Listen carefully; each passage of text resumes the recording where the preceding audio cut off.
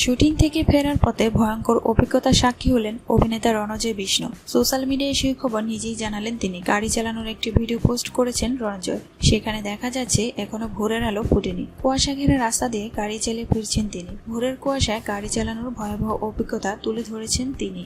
রণজয় বিষ্ণুর এই ভিডিওর সঙ্গে লিখেছেন, একটা ভয়ঙ্কর অভিজ্ঞতার সাক্ষী হয়ে রইলাম। আজকের রাত্রিবেলা একটা অসম্ভব হ্যাট্রিক শুটের পর বাড়ি ফেরার সময় যেখানে 10 ফুট দূরত্ব মানুষ দেখা যাচ্ছে না, কিভাবে যে আজকে ড্রাইভ করে বাড়ি ফিরেছি আমি জানি আর ঈশ্বর জানেন। ঈশ্বরের অশেষ কৃপা আমরা সকলে সাবধানে বাড়ি ফিরতে পেরেছি। কিন্তু এটা সত্যি খুব ভয়ঙ্কর একটা অভিজ্ঞতা ছিল। আমি দীর্ঘদিন পাহাড়ে ড্রাইভ করেছি, রাত্রিবেলা পাহাড় থেকে নিচে নেমেছি, কুয়াশার মধ্যে গাড়ি চালিয়েছি, কিন্তু এইরকম ভয়ঙ্কর অভিজ্ঞতা কোনো সমতলে আমার আগে কোনোদিন হয়নি, কখনো হয়নি।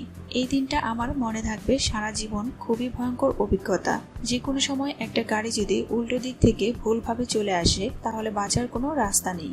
রণজয় ভিডিওতে জানান তিনি টেলি একাডেমির স্টুডিওতে শুটিং এর কাজে গিয়েছিলেন। তার বাড়ি থেকে খুব বেশি দূরে নয়। অভিনেতা জানান 30 মিনিটের মতো দূরে সেই স্টুডিও, কিন্তু ভোরের আলো ফোটার আগে কুয়াশায় ঢেকে যাবে কলকাতার রাস্তা তা তিনি কল্পনাও করতে পারেননি। আর ওইভাবে মনে ভয় নিয়ে গাড়ি চালানো যেন আরো কঠিন হয়ে গিয়েছিল তার কাছে।